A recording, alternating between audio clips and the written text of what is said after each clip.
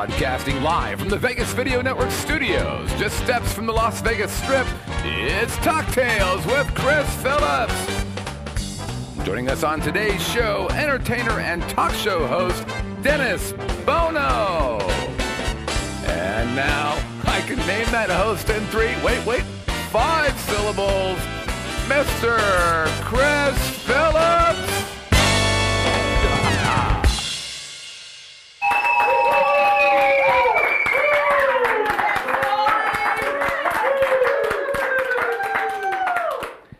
You know, I like when our audiences had more to drink than me. That always disturbs me right off the bat. Ladies and gentlemen, welcome once again to the Vegas Video Network, and more specifically to our brand new show on the network we like to call Talktails, everybody. My name is Chris Phillips, and if you have joined us before on Monday afternoons, you know that this is the one time a week in which I have an excuse to have a couple cocktails and do probably what is my favorite thing to do in the world, and that is to talk about Las Vegas, the greatest city in the world. And today is such an exciting day. We have a guest that, to me, epitomizes what Las Vegas is all about. But before we get to that, I'd like to remind you that if you ever have any comments for us or questions, please contact us by going to our email, simply at talktails@vegasvideonetwork.com. We are also big time now and have a toll-free number. That's pretty exciting. And something they used to call a telephone. I don't know if everybody calls or anybody anymore. It's all about texting. But you can call us at 866-966-4599. And hopefully you're watching us live, because we'd love to have you join us in what we call our chat room. And you can answer any questions live on the air. But I have to apologize to you right off the bat for not being here last Monday. We do this, as you know, as a weekly show, but last week we were interrupted a tad because I was in Scottsdale. Scott? Yeah. How'd that go? It was going great. We did once in a while on holidays. It was, as you know, Labor Day weekend. And we were in Scottsdale at a place called the Fairmont Princess Resort, where on occasion we get to go back to our hometown and play these all-ages concerts that they're so amazing, Scott, because it's the only chance we really get to play to kids and to this all-American audience, because as you know, we typically play to a bunch of gamblers, drunks, and hookers. You know, right where I feel at home. But to have kids on stage with us is it's really amazing. And you know, I don't think there's anything that says an all-American, all-ages show like a intoxicated middle-aged white guy trying to be a rapper. That's so nice on Labor Day afternoon. But so we want to thank everybody at the Princess Resort for letting us come out there. We have such a great time. But I'll tell you, I couldn't wait to get back to Las Vegas, as I always do, because this is truly the city in which I think encompasses a kind of energy you can't find anywhere else in the world. And particularly speaking, today, I think this may be possibly, out of the 17 episodes that we've now done, what could be my favorite show ever because of our first guest. This is a gentleman who, as I point out, truly, I think, has not only inspired me and so many others to want to come here and keep the maverick spirit of what this great city is about, but I'll go so far as to say this. He doesn't only just possess the swagger of Las Vegas. I think this gentleman is the swagger of Las Vegas. He's been around for several decades. He has his own syndicated variety show. And there's not a lot of individuals who can say that they are someone who was one of the favorite singers of Mr. Frank Sinatra himself. Ladies and gentlemen, of course, I'm talking about an icon, a legend here in Las Vegas. His name is Dennis Bono, and we have him with us today on Talktails. We could not be more happy to have you here, sir. Thank you, Chris. Thank you. Gosh, what an introduction. You sure you're not going to bring out my third grade teacher? This is your life. This is your life. Yeah. Yes. Wow, what an intro. Well, let me tell you, I think that one of the reasons I'm so happy to have you on as one of my guests today is because, as a lot of people know, I hate drinking alone, and thank God you're wanting to have a drink with me during the afternoon. You were a man after my own heart. You betcha. And before we get started, I want to mention, speaking of somebody who is appealing to not only my heart but my liver, is a friend of yours, Mike Severino from right. Southern Wine and Southern Spirits. Nevada Wine and Spirits, yeah. He sent over a little gift for us. Not only is this Crown Royal, this is Crown Royal Black. And so I think that we're going to reach a whole nother level of intoxication. Whole nother level this of afternoon. entertainment. Yes, sir. That's right. So we want to thank my friend Mike. I think he's... Well, Larry Ruvo, who owns Southern Nevada Wine and Spirits, as you know, is my wife's cousin. So absolutely. They are Las Vegas real legends here. Well, I think they supply the fuel that makes this, in fact, the entertainment capital of the world. Well, you do a remarkable job to keep that vintage Vegas spirit alive. And I must commend you. Thank you. You know, you're one of my favorite guests when you come on my show, and you just bring a level of excitement that keeps that spirit that we've all grown to love. And I, as I said earlier, I really think a lot of people still come to Vegas to try to recapture the golden days, so to speak. So. Well, that's why I'm so excited to have you with me today, because as you know, I'm a purist at heart when it comes to keeping that golden era alive. And there is nobody who I think I could speak to in this town that knows more about that and what that means than you, Dennis. And so, flattered. Thank you. So to have you on here is truly a treat for me. And I'd like to go back first, because I'd like to have those of you who aren't real familiar possibly with Dennis, I'd like to kind of go back and ask, I don't even know where you're from, as a matter of fact. And how this all got started for you. That's an interesting question. I'll try to do this in 5 Because I know you did club work on the East Coast in the Playboy Club and all that. Going back even before that. How this all started. It's ironic that you asked me that question, because not many people really know the story. I grew up in Hartford, Connecticut. When I was 5 years old, I went to kindergarten, and they had, I grew up in a family that music was in our household constantly. There was, whether it's records or the radio in the car, and Mom and Dad always sang along, and just music. And I've always believed that music is a very healthy thing to have in a household.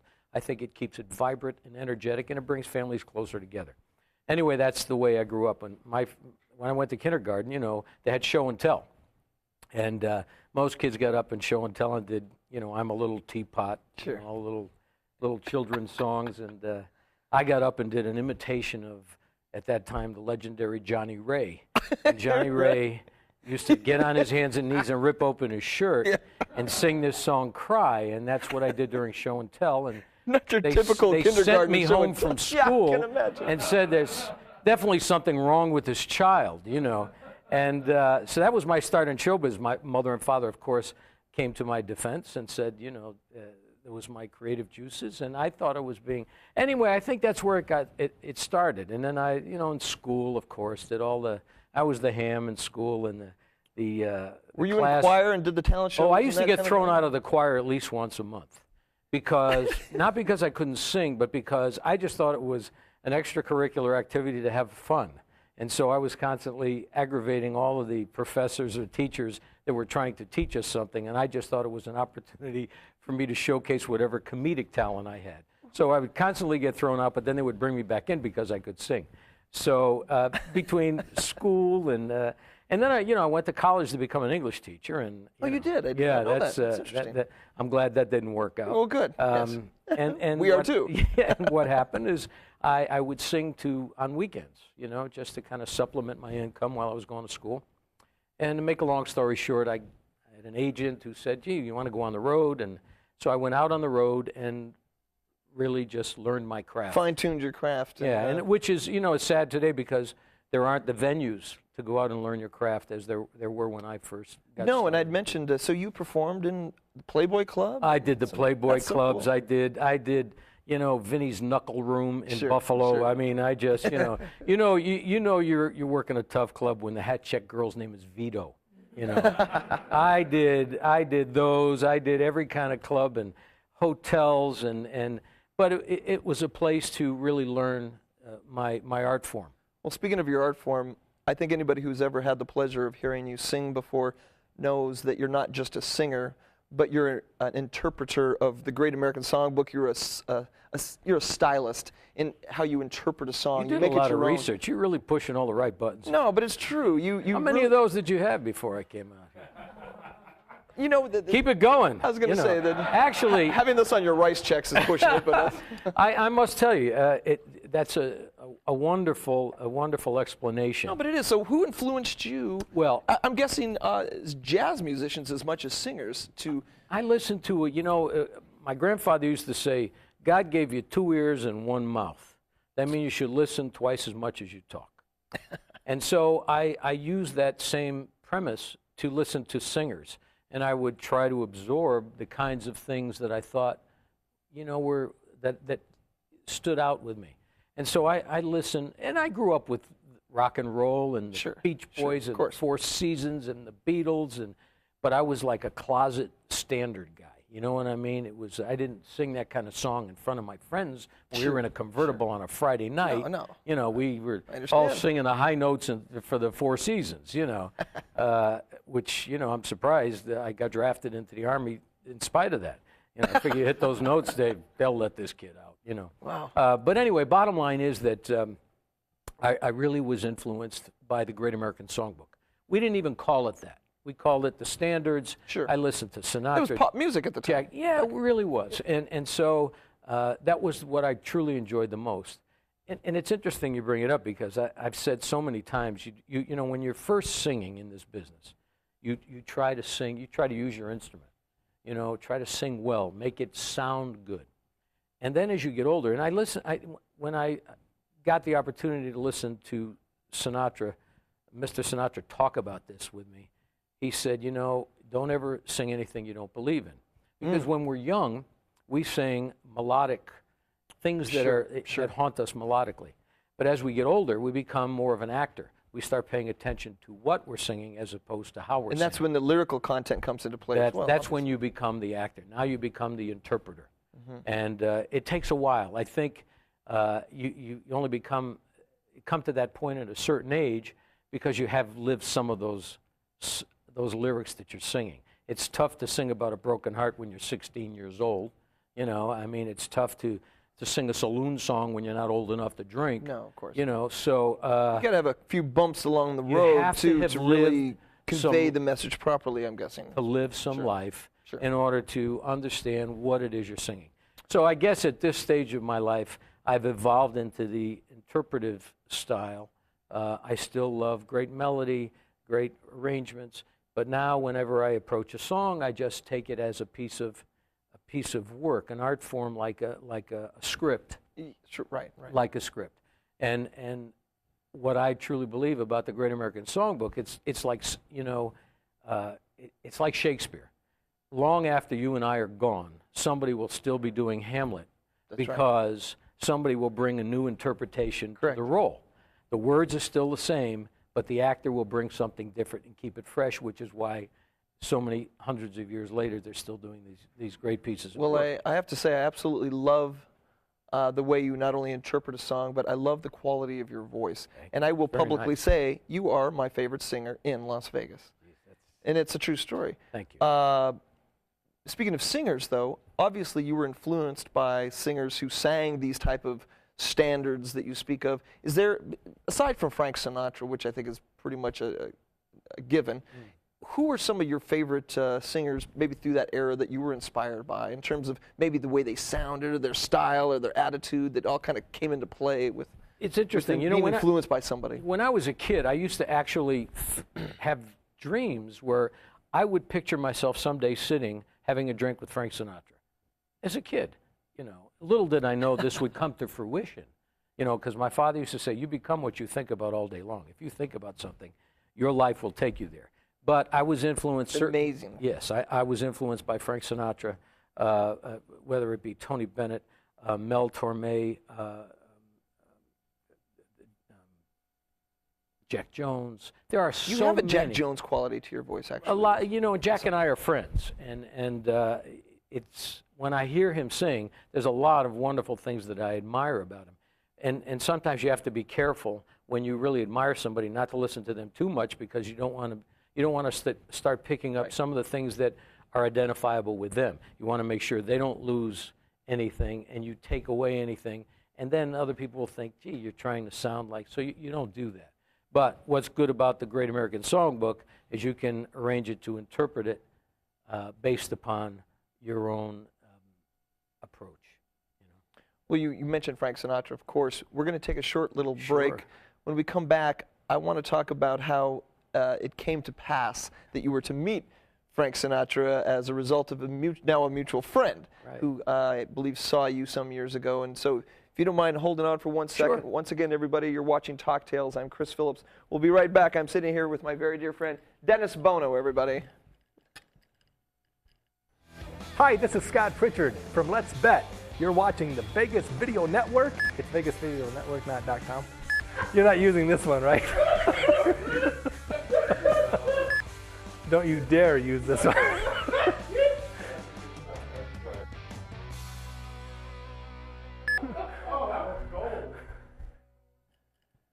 Well, howdy, folks. Welcome back to the Vegas Video Network. My name is Chris Phillips, and you are watching Talktails, which we come to you live from Las Vegas every Monday afternoon. And today we are sitting here with someone who embodies the absolute spirit of this great city, particularly the great entertainers that have come out of here. As you know, I'm a tremendous fan of the icons that grace the billboards over the years, from Frank Sinatra and Dean Martin and Sammy Davis Jr. and Elvis Presley. And speaking of Frank Sinatra, my friend Dennis here, some years, I guess some years now, I'm not sure how many, but you had Frank Sinatra's very dear friend, Jilly Rizzo, see you perform. And I would love to have you tell everybody how that this meeting all came to pass, that you were able to then meet Mr. Well, Sinatra. I had actually come off the road and went back to Connecticut. You know, I'd worked all the cities across the country learning what I thought I should be learning. And, you know, I had a little baby daughter. And I said, well, maybe it's time for me to come home, come off the road. So I became an entertainment director for Sonesta Hotel in Hartford, Connecticut. And they gave me the opportunity to perform and bring in names like Joe Williams and Oh, wow. Maureen McGovern and you know, a lot of really good people. So I figured, well, maybe this is my niche. But I had a CD that was out that I had recorded, and ironically enough, it wasn't getting any airplay where I lived, but it was getting a lot of airplay on the West Coast in Los Angeles. So I'm in my office one day, and the phone rings, and the secretary says, there's a Mr. Rizzo on the phone to speak to you. And I'm That going, probably got your attention. yeah, and I'm going, well, Could be Jilly Rizzo. yes, a Mr. Jilly Rizzo, and I'm going, right, sure, who is right. this really? I figure, oh, sure, put him through. I got to figure it's one of my friends who was just, you know, Well, going to and have you're some fun with me. yeah. And sure enough, it's not a voice I recognize, and I had heard Jilly speak before, and, you know, he had a very unique style of speech. He was kind of a street guy with a lot of street smarts, and, you know, he didn't have his master's in English. It was pretty obvious, but you know, he could get to the point. And they don't have Damon Runyon characters like that anymore. So bottom line is, he said to me, I'm laughing, and I'm going, really, who is this? He says, no, they're playing your record on KMPC in Los Angeles, and Tony O and Mr. Sinatra, and we've heard it, and they said, who is this kid? And so through the radio station, we've tracked you down. I'm coming to New York. I'll meet you. Can you meet me at the Doral Hotel in New York City? I went like 3 or 4 days later, met him at the Doral in New York City. That afternoon, we spent about 3 hours talking. None of it was about music. Jilly kept asking me about my family and my upbringing and my values. That interesting. And he said, do you have a brother? And I said, no, I have a sister. He says, well, you have a brother now. Oh. And that afternoon, he took me to Warner Brothers, introduced me to Frank Military. A week later, I was in Los Angeles at Sammy Kahn's house, sitting at the piano with Sammy Kahn, and I'm going, this is just beyond, it's too bizarre. That's a dream come true. So it inevitably, you know, I got a chance to meet Mr. S and his friends and cronies, and they kind of took me under their wing, and it was a remarkable experience, a remarkable time in my life. And ultimately, that's how I ended up here, because they said, we got to get the kid, put him here. And I went to the Golden Nugget. First, I think the first engagement I had was at the Golden Nugget with Don Rickles, and I worked with Don for a long time after. Then it was just... Talk about another Vegas icon who's my favorite comedian of all time. The fact that you got to perform with Don Rickles must have been a hoot. It's just, sometimes when I look back, it seems like a blur to me, you know, and someday I probably should write this all down so I can give it to my daughter and my grandkids, and so they know the story. And it's just been a remarkable, wondrous, wonderful experience. This town has been so good to me. It is my home. I'm a desert rat. I know you are. And I love it here, and I think it's the greatest city in the world. Well, I couldn't agree with you more, and I know that there's a lot of guys who dream and kind of fantasize to some degree about what it would be like to be a Frank Sinatra, so to speak, and to sing those songs and to be in the Vegas showrooms and such. But there's not a lot of individuals who can say that Frank Sinatra himself, and I may be wrong on this, but look to you to carry on the torch. Is that true? It's an interesting phrase. I love that. It's actually very embarrassing, especially when I want to hear about this. So many wonderful friends. Steve Lawrence is one of my favorite singers and maybe one of my best friends in the world. He's my neighbor. He's your neighbor, yes. Yeah. And I've always loved everything he's done. He's the funniest person I've ever met. He's great. Charming. But there was a radio show. I can't remember the name of it. But it was legendary, and it was syndicated, and Mr. Sinatra, and they were all very much behind the show. I think it might have been called Sounds of Sinatra with Sid Mark. And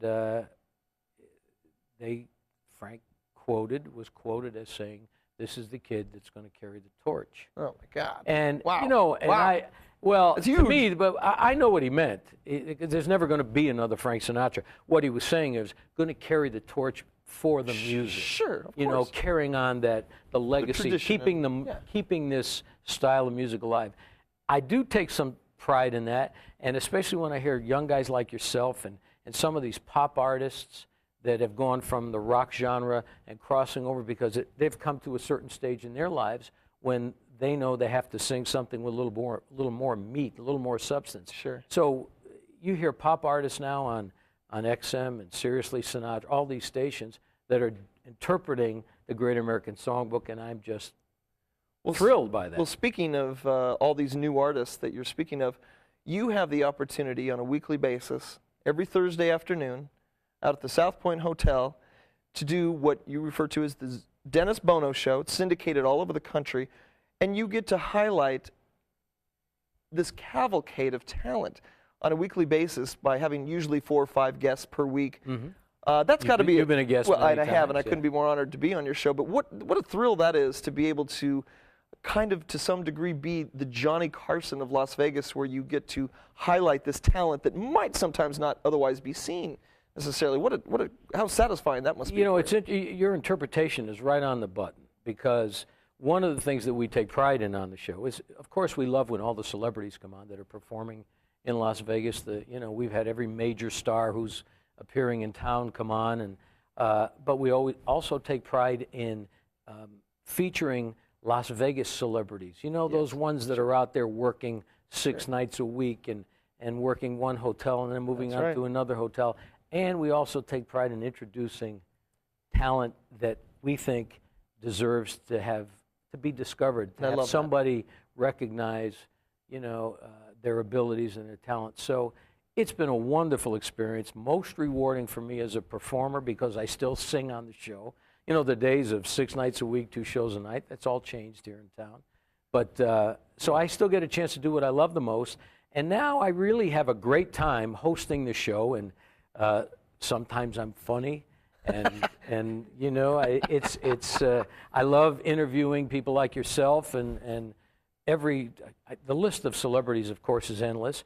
And whether it be Steve Lawrence or Rita Rudner, who's ever appearing in town, I feel like I know the kinds of things to talk about because we've experienced.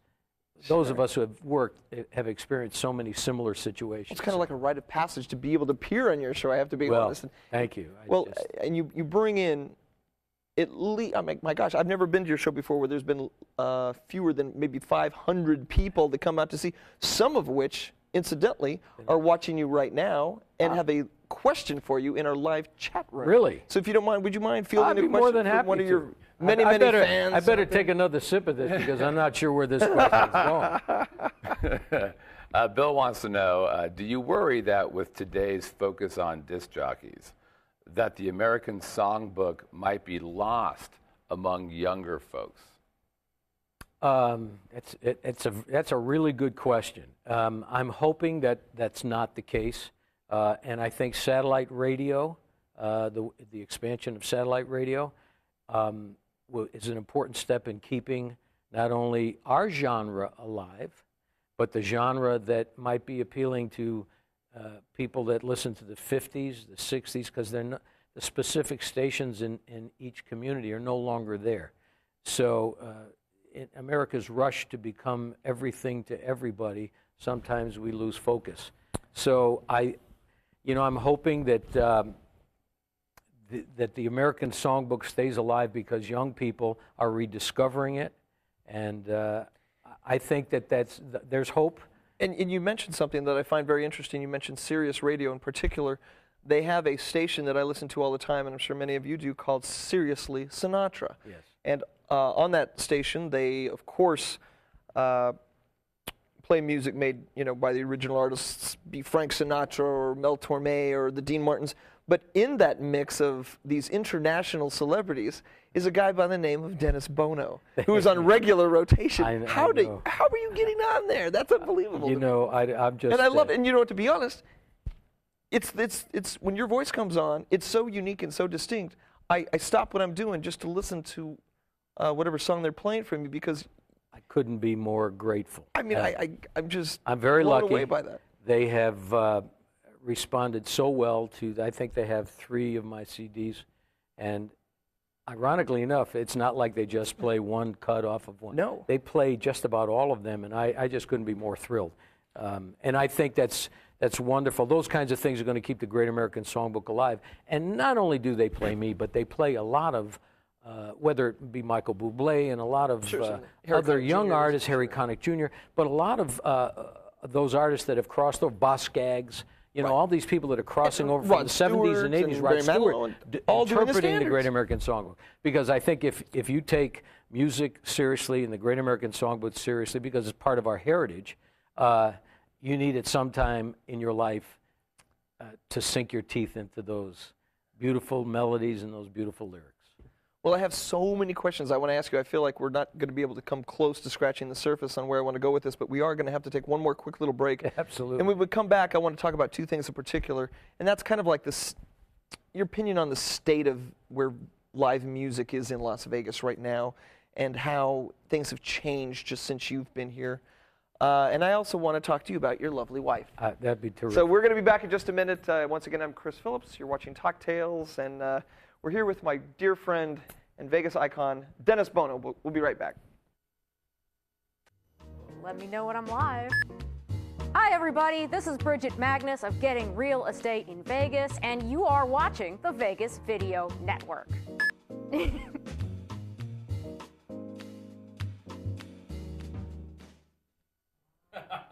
Oh, my goodness, folks. Is that good? That because of your presence yes, on our little fledgling show here called Talktails, we have more people watching live right now than we have in the history of this show.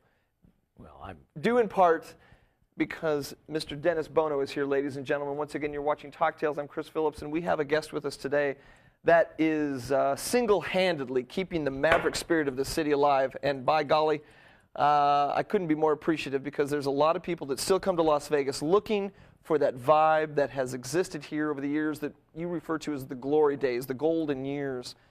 And with that in mind, you have obviously seen some changes in this great city over the years, particularly in the lounge scene or in the showrooms that used to be occupied by a singer with a tuxedo and a cocktail and an orchestra and nothing but his wit and a song. Yeah, well, it's interesting. Where has that gone? Gladys Knight is doing it at the Tropicana. Yes, she is. Her show is doing called very well. A Mic and a Light. Mike, yes, that's right. Which is absolutely just the most breathtaking title of a show. If that doesn't describe you know, the artistry of a performer. I think people are craving that, aren't they? Well, I think to come away from a show with some substance. For I'm very opinionated. I am too, and that's why I want to hear some of this. And you know, I do think that people crave that. We have spectacular shows here. This is the entertainment visual capital spectacles. Visually, you know, Sure. it's marvelous. There's no doubt about it. The production values are just there's no comparison. But wouldn't you agree that there is something that's almost like an invisible wall between the show and the audience? Interesting. Celine's approach now, on the second time around, has gotten away from the Cirque approach and gotten back into her as a talent with a full orchestra and everything. You can't beat that. It's just marvelous. Now, you talk about the lounges. When I came here, you know, you went to the showroom and then you went to the lounges because some of the greatest, most energetic, talented people were working the lounges. And Louis Prima, there were just some incredibly talented people. And the showroom entertainers would come into the lounges afterward and spontaneously get up and jump up on stage, whether it was Sammy or, you know, and those kinds of artists are not here anymore because artists have become so structured that they're uncomfortable stepping out of their genre. I remember when I was the entertainment director at the Sinesta, we had the Sammy Davis Jr. Greater Hartford Open golf tournament. And I had Joe Williams working in the room. And Sammy called and he said, I want to come down to see Joe. And I'm going, oh, that's so cool. The room only held 250 people. And Sammy came in to see Joe because he was a fan of Joe Williams. They'd known each other for years. And Sammy got up on stage in Hartford, Connecticut, and did an hour. And these kinds of performers, you know, they thrived in this community. Sure. And the hotels were very respectful of the performer in the fact that if somebody got sick at one hotel, a headliner from another hotel would go in and fill in for him.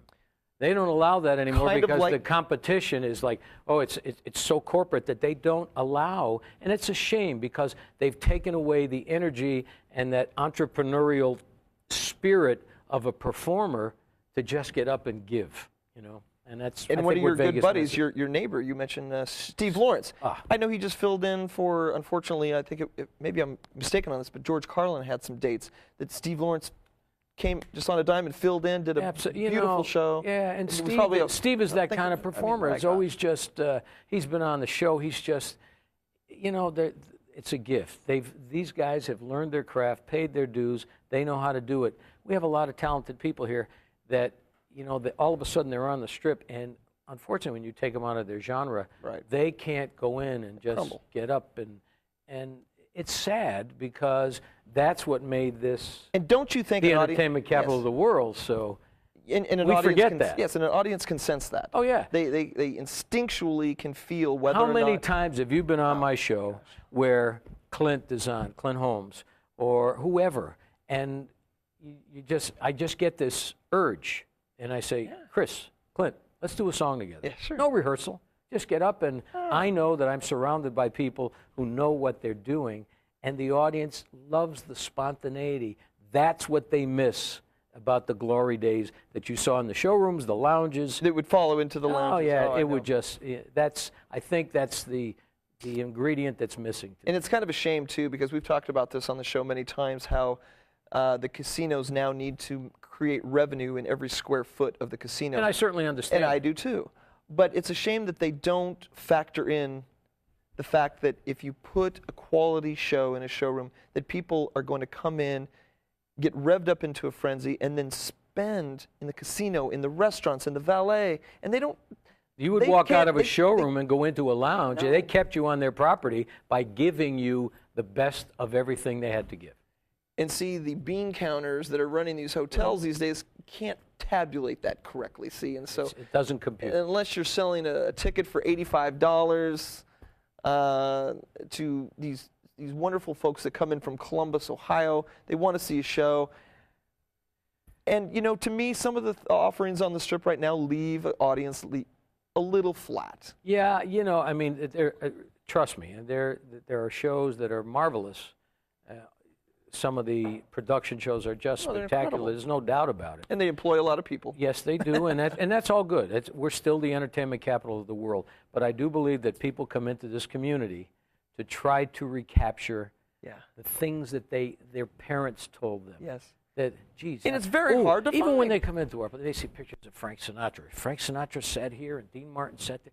I mean, there's still that aura about this town, and I really think that we should, at least, even if we go in other directions, we should keep that memory and that respect for that. Well, I'll tell you vibe. something. There is one place that is on Las Vegas Boulevard that still captures the spirit of the glory days, that incidentally is owned by you and your lovely wife, which I would love for you to talk about, who is a celebrity and a Las Vegas icon in her own right, needless to say. You know, it's the most interesting story. And I have a crush on her, too, by the way. Everybody does. On air, Everybody does. I got a little sweet tooth for your wife. Yeah, absolutely. She's the most elegant. Now, you know, when she was, first of all, the family business, the Bootlegger Bistro, is legendary in that is a true bastion for what Vegas is all about. If you want to recapture and understand what Vegas was, you start there, you know. My wife started out at 19 years old. Lorraine Hunt she was Laurie Perry, and at 19 years old, she was a singer. She opened up the Landmark Hotel. She was the first act in the Landmark Hotel. Oh, I love that. Then, as a singer, she worked with the groups, and she was a headliner in the lounges, but decided there was other things she wanted to do, and she ended up getting into real estate development while she was singing, and built a restaurant for her mother, who, by the way, my mother-in-law is 94 years old, still the executive chef. Wow. But then they asked her to get into the political arena because she believed she had certain beliefs. And she was well loved, yes, beloved. And so she became a county commissioner for 8 years and termed out, because that's what happens in Nevada, is your 2 terms.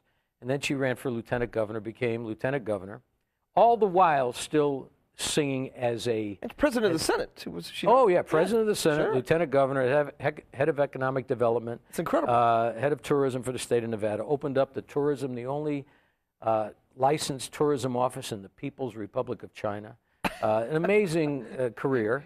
So you're dating up. Yeah, I was definitely dating up. You know, I just kept saying, did she really know who I am? And the funny part about it is we started dating, and two families bonded, and next thing I know, they were writing about us in the paper, and I said, are we really dating? And you know, it led into, and so then she ran for governor. We gotten married, and she ran for governor, and I said the reason she didn't win is nobody wanted me as the first lady, and can't blame them for that, you know.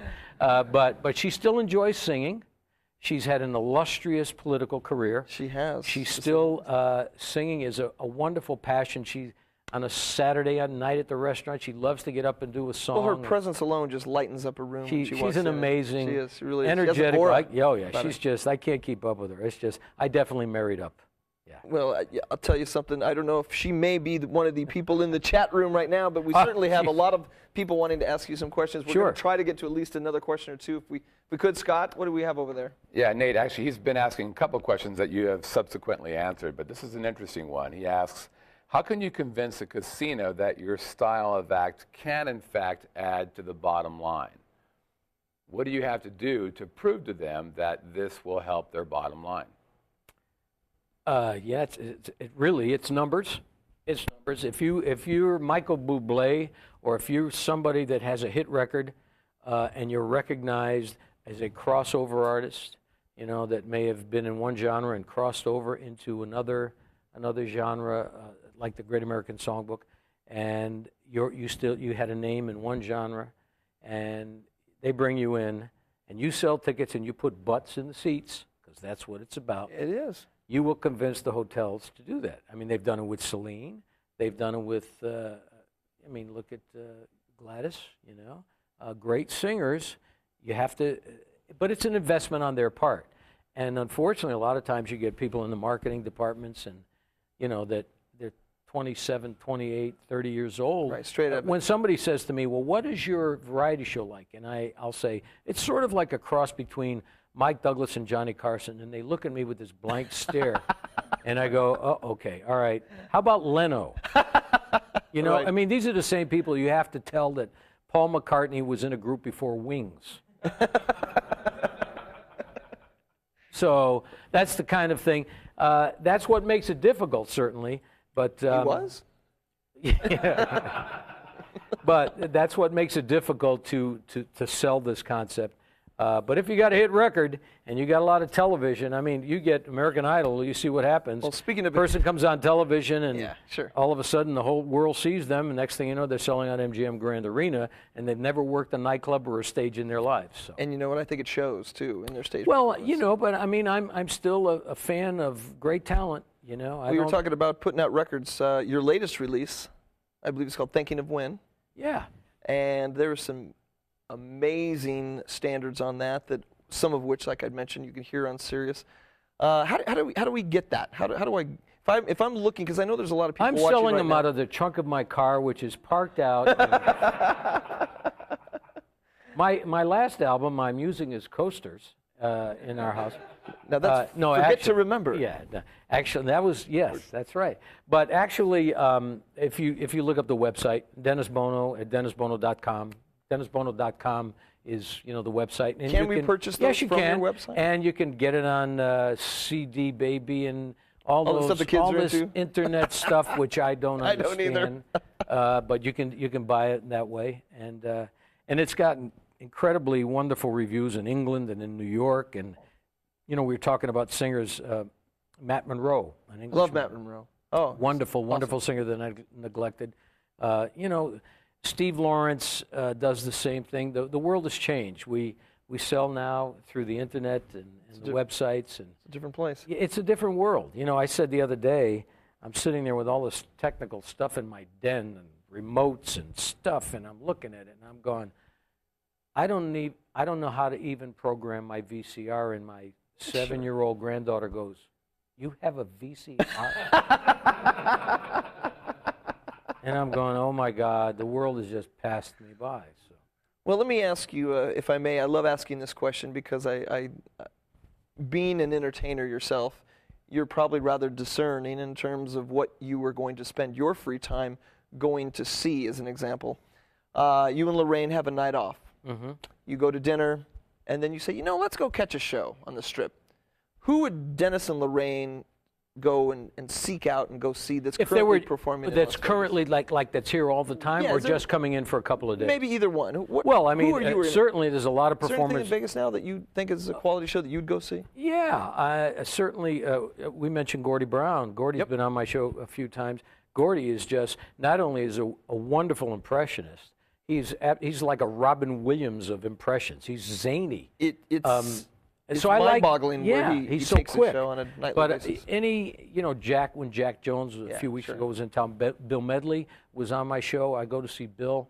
I love what they don't have to be singing the things that I enjoy. Right. They just That's have why to I be ask. good at what they do. And you are good at what you do, and that's why I enjoy coming to see you, because you bring an energy and a passion, and the only thing that's more contagious than enthusiasm is lack of it. And you do not lack enthusiasm. When whether you're by yourself or with Marley, there's an energy. Well, in lieu of any talent whatsoever, you have to have something. Well, no. Talent and energy is a wonderful combination. When people are impressed by your passion, your enjoyment, when they see you're having a good time, they have a good time. It's a very simple formula, Sure, and it it's becomes worked addictive and a drug. for many, Sure. many years. So anybody that feels strongly about what it is they're doing, whether it be a comedian, there's a lot of comics that I enjoy. I love to laugh, and I love to hear great singers. They don't have to be singing the thing. Right. I mean, Jersey Boys. I've seen Jersey Boys so many times because I love the music. I grew up with it. Now, I've had members of the originals on the show, and I've had cast members from the show, And I always look at Bob Rosario, and I go, Bob has been in town a long time. I said, who is your music conductor? My music director, he was with Bobby Darin. He started out with Louis Prima, was Bobby Darin's conductor. He was Tony Orlando's conductor on a TV show, Mel Torme. He's done everybody. He's a show in and of itself. I said, you talk about the original cast. If you look at the painting of The Last Supper, in the background you will see Bob Rosario playing piano at that supper. I mean, he's been around a long time. So anybody that's good at what they do and been doing it a long time, and no matter what the genre is. You just have to be passionate about what you're doing, and that there's nothing more contagious, and that's what I enjoy the most. Well, my friend, let me tell you, in terms of seeing somebody who is passionate about what they not only do, but in the opinions they have and the agenda that they are going to try to keep alive in the city, that would be you, my friend. I highly recommend going to see the Dennis Bono Show every Thursday at 2 o'clock, the South Point Hotel. Otherwise, you can hear it syndicated all over the country. My friend, having you here is beyond an honor and a treat. I hope you're going to come back because we, like I said, haven't even scratched the surface. We haven't finished this bottle of wine. And I've got a whole lot of booze to go here. But I hope we get to go play golf sometime. You betcha. Chris, thank you so folks, very, very much. You are in the presence of greatness. This is Dennis Bono. I am Chris Phillips. You're watching Talktails. And once again, I'd like to let you know that you can email us anytime, of course, by going to Talktails at vegasvideonetwork.com. Or again, our toll-free number is simply 866-966-4599. Thank you for tuning in once again. And for those of you who are watching us live, we appreciate it. This is the man, the myth, the legend, and I thank you for coming on. Thank you, you take care of yourself. Thanks, Chris. Thanks everybody.